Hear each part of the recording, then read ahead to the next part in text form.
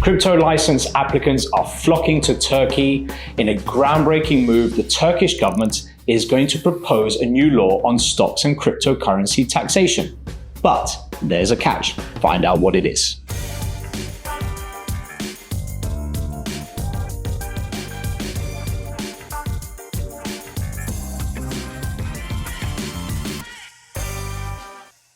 Hi, this is Jeremy. 10 years ago, I left the UK and moved to the Middle East, where I built one of the world's largest investment migration firms, serving millionaire migrants and global citizens alike.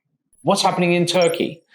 Well, at least 47 crypto companies have applied for a license, including the world's largest crypto exchange, Binance.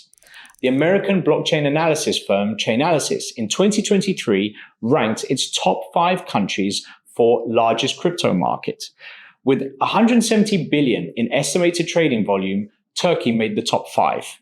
And yet, here is the irony. The US is actually number 1 on that list. Whether it will still be number 1 on that list come next year, I don't think so, especially if all this talk about this tax rate on unrealized gains it comes into effect, which is being pushed by Biden, and now it's being pushed by Kamala Harris. If that comes into effect, I think Turkey is going to take that number 1 spot.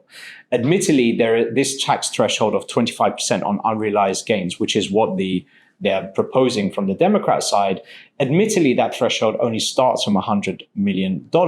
But decisions at that level impact investors in businesses, entrepreneurs, and it will have a trickle-down effect.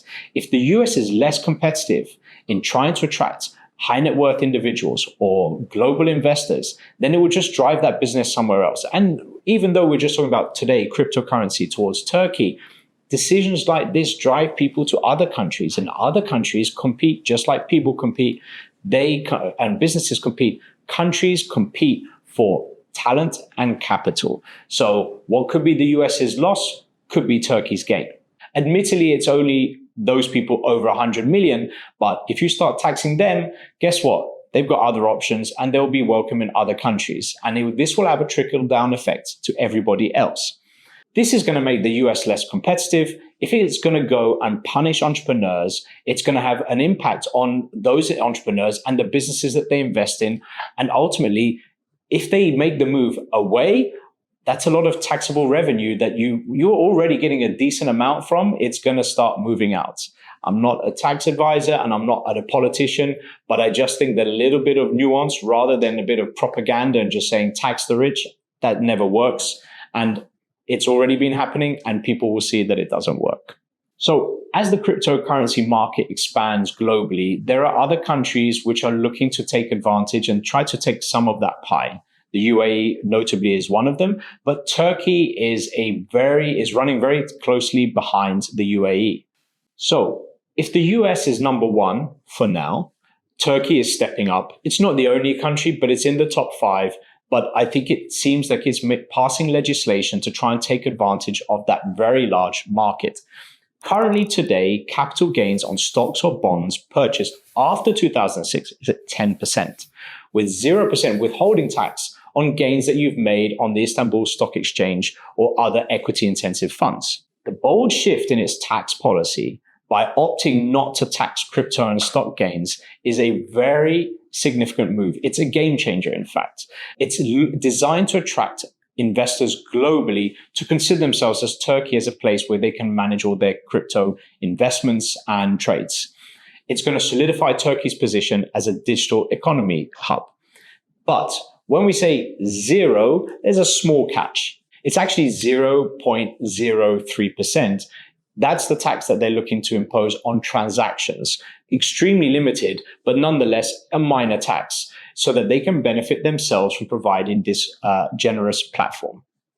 It's a small price to pay for the benefits on offer, but it's also something to consider the fact that there isn't today VAT for now.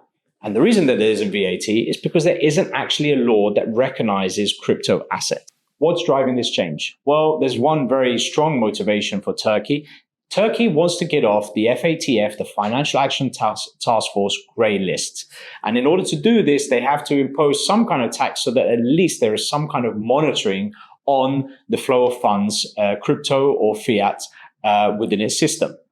It also wants to use this as one other global power play, which is in addition to the other power plays that Turkey is making a name for itself today. So, for example, Turkey is already a member of multiple international organizations and blocs, NATO, the OIC, the G20, and now it wants to be satisfying other third parties and trying to position itself as that kind of buffer between all the countries around it and globally as part of a geopolitical power play. Now, I'm going to go more about this in other videos. I think I've touched upon this before, but I really see that there is a lot of events happening in Turkey. Definitely, there's a lot of funky stuff going on, but I think it's really important to look at where Turkey is and the power plays it's making because of not only it's just geography. I mean, if you just think where it is, it's literally where East meets West. But the fact is that by joining all these blocks, which are sometimes diametrically opposed, it's positioning itself as a kind of a mediator. This is going to be important for citizenship, which we'll talk about, but other things as well, can be residency or tax residency. So let's get into the citizenship by investment program that it has. It's $400,000 in real estate or $500,000 in financial investments. It's a great plan B for a lot of people for visa-free. It's not one of the strongest passports, admittedly, but it's a good, strong passport. And as I mentioned, there are a lot of things that it has that the other countries that provide citizenship by investment don't offer. It also has a favorable tax environment. It has a lot of benefits in terms of quality of living, cost of living. Yes, inflation is rampant there. But again, if you're earning in dollars or other currencies, it's very favorable. It also has a digital nomad visa as well, which we'll talk about more in the comments. And lastly, just remember that even though Turkey is tax-free for your gains, you will only be able to benefit from it depending on where your tax residency is. Because if you're not in Turkey, then this will not really impact you. So this goes to my next point. If you're not there, you can't avail of it. So what if you did move there? And if you did become a tax resident of Turkey, can you live in Turkey? I've not lived in Turkey, but I travel there frequently and have done many years. I've been there for friends' weddings and I've been there, never been on a proper holiday. But what I have noticed is that what a lot of people don't really understand, and especially I would say people more in the West, is that it's a really important place for a lot of people to do business and to do holidays. I have spoken to many, many people, and they are often in Turkey for both of these things. Another reason why they're there is transport hubs, transport links, air service. Turkish Airlines flies to literally more countries than anybody else. I think it's even in their slogans. It's also extremely cheap to travel with. And Turkey in itself, Istanbul, is a hub airport. If you were to look between UAE and the European countries, it's probably the biggest airport hub there, which if you're going to live there, this is one of those things that when people want to live in different countries, it is a key metric for them. It's just, airlift. Can I get in and out? And are there options for me? So I think this is one thing to consider. I think also in terms of lifestyle, it's culturally vibrant. It's very interesting as a country. I've enjoyed it a lot. I think it has 4 seasons, which is, I think a lot of people would like that. I think in terms of cost of living, you can live very well there. I also think that banking, having a business there, living day-to-day life is interesting and attractive to a lot of people. We have an office there. We have a bank account there. We've had very positive experiences. Our clients, even through the firm, have even invested there through the bank deposit option or through the real estate option. And again, they've been satisfied. They've been successful applications. I still remember the rush when because it used to be 250. And just before it was 400, I was on a boat on the Bosphorus with my clients. And, he loves that place. And that's one of the reasons that he was very bullish on investing in real estate. But other people do the bank deposit. So you can live off the land very well. That's another thing. If you wanted to do real estate option, you don't have to. But if you did, you can have service apartments. You can do a flip and keep that property and stick it on Airbnb. But you can also get a farm and you can live off the land. And that's one thing that separates it from all the other countries that would give you a nationality is like, if anything, the whole world went upside down, you could easily and happily live there because of the cost of living, because it's self-sustaining as a country. So what else is there? I think that the people are generally very friendly. Some of it will get you a little bit frustrated, namely the taxes.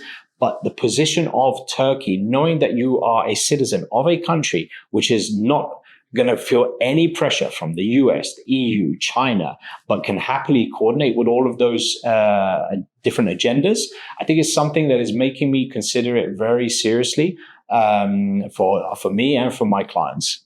In summary, let us know what your thoughts are on Turkey, on its position in the global ecosystem in regards to cryptocurrencies.